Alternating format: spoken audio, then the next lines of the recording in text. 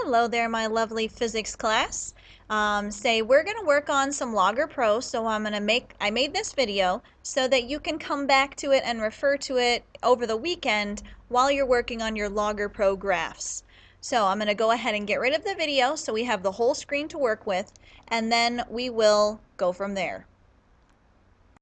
Alright, so our video's out of the way then. So this page that you see is the same piece of paper that I gave you. So I just have it up here so that we can see. We have on this page then, we have 4 different data sets. So we have data set 1, data set 2. Then on the second page, there's data set 3 and 4. So 4 different graphs that we're going to learn how to make. The program that we're going to be using is called Logger Pro. So go ahead and go to your Start menu. Some of you might have an icon. If you do, it looks like this up here, Logger Pro 3.8.2. If you don't have an icon, go to your Start menu, to your Programs, and it should be under the heading Vernier. So Vernier Software, and you're going to click on the first one, Logger Pro 3.8.2. If you have a different version, that's fine. You also probably want to make a shortcut to this link as well. So if we right-click on it and we click Create Shortcut, we can drag that shortcut then onto your desktop so that you have a shortcut to it. So you don't have to constantly go to your program file. So I'm going to delete that one for now because I have one already. So I'm going to go to Logger Pro. When it opens up, it's going to look very similar to an Excel program. Alright, so our Logger Pro is open now. A couple of things to notice. So it looks like Excel over on this side because we have a data table, but then this section in the middle here is our graph. So when we want to put data in, the X column is the first column on your worksheet. So if I go back and I look at your worksheet, the X column then, you're going to title as volume, and we need to put a unit in of meters cubed. The Y then is going to be your second column. This whole worksheet goes that way.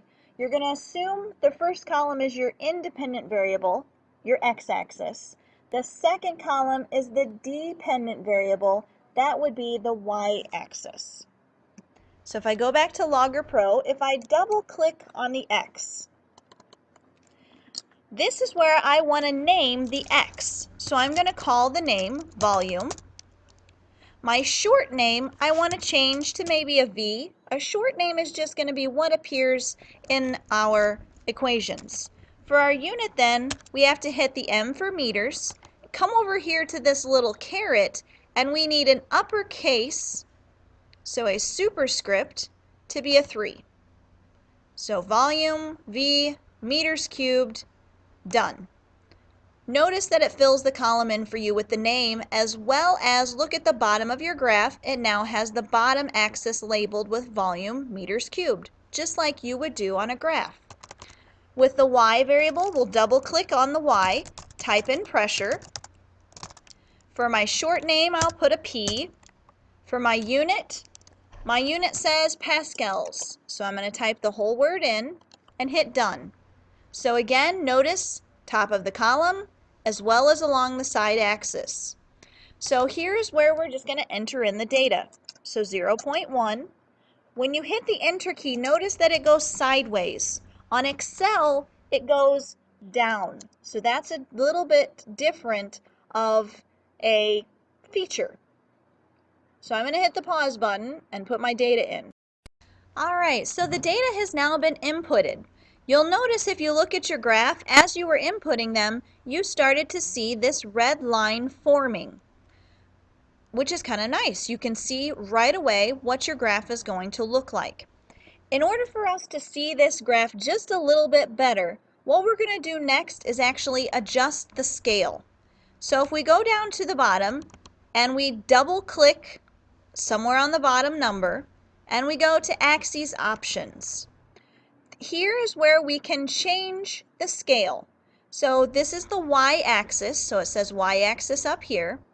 We're going to auto scale from 0.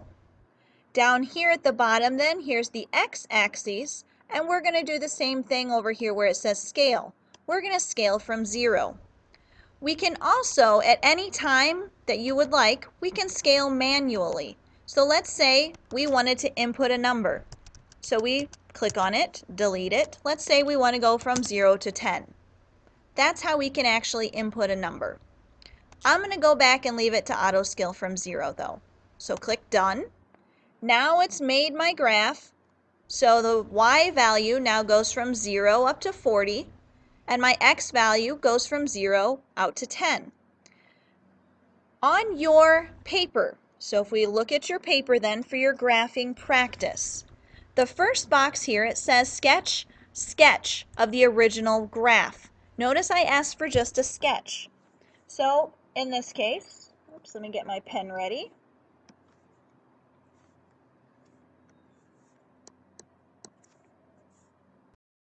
All right, so now I have my ink pen. And down here at the bottom then where it says sketch of the original graph, we're going to sketch the graph that you had. So it went from 0 up to 40 here, and it went from 0 over to 10 on this side. We're going to put our volume in meters cubed, so we'll label our axes. And we'll label our axes then up the side, so this would be our pressure. And our unit would be the Pascal.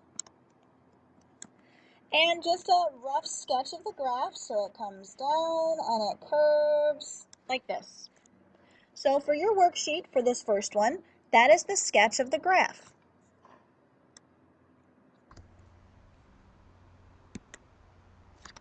All right, so sketching a test plot, that's the second part.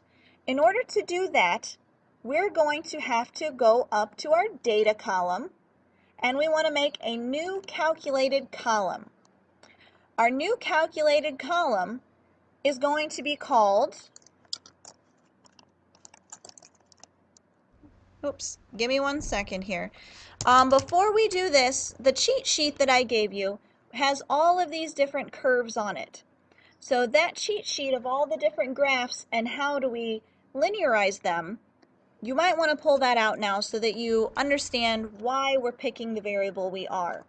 So in this case, if we look at our cheat sheet then, the cheat sheet says we're going to need to square, is it the x, or do we need to square the y? All right, so let's try one. We'll try the y squared. Uh-oh. Okay, sorry about that. I had a student walk in trying to ask some questions, so I had to pause it for a quick second. All right, so we were back to going to our data, to our new calculated column, and this is where we were looking at our cheat sheet. So this particular type of relationship is called an inverse relationship.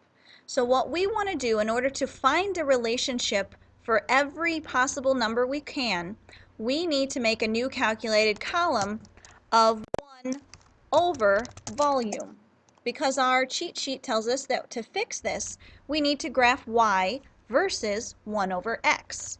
So in this case, our x is volume, so my name will be 1/volume. My short name will be 1/v, and this is where I also have to make my units. 1 over meters, and I need to go and get a superscript of 3, so 1 over meters cubed.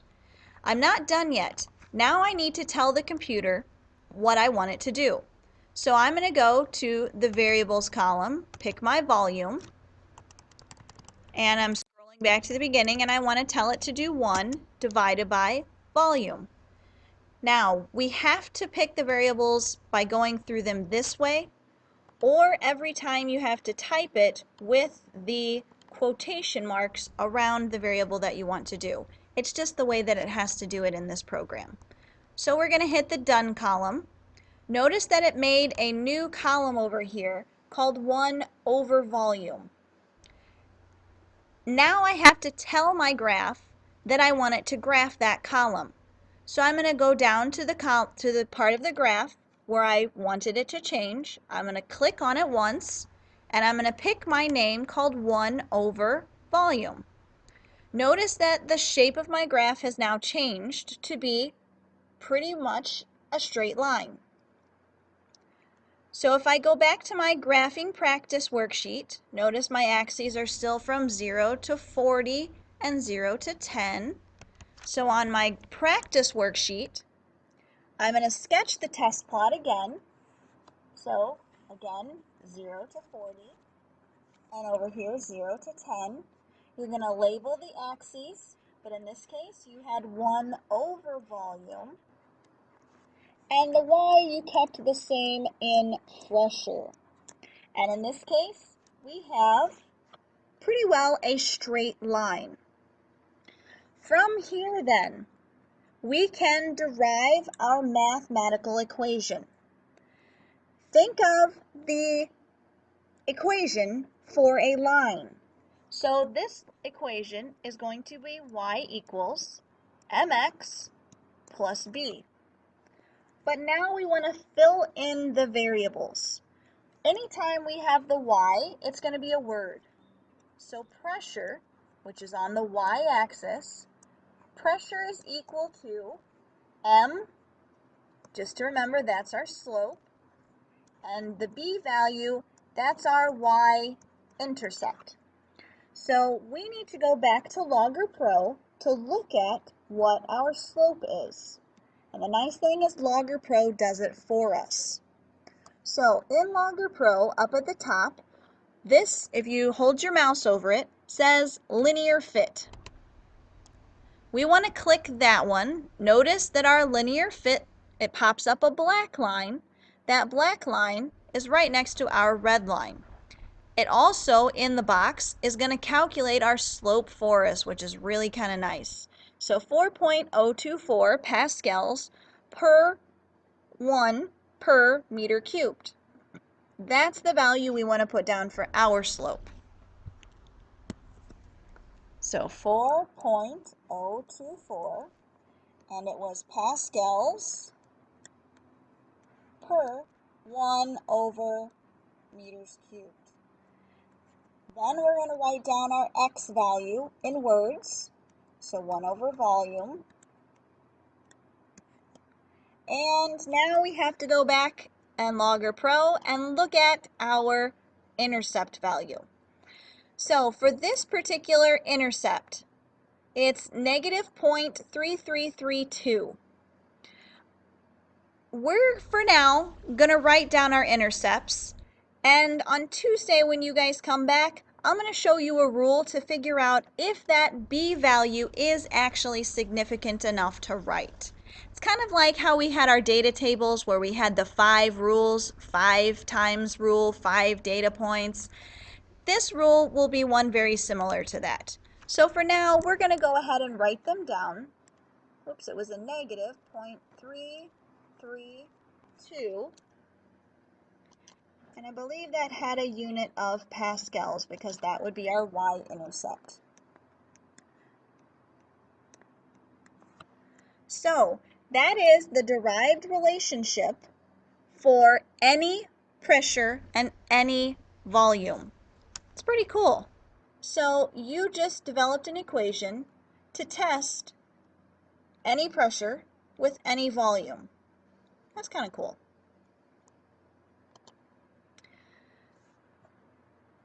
One other thing that we'll look at is this correlation number. I forgot to point that out before.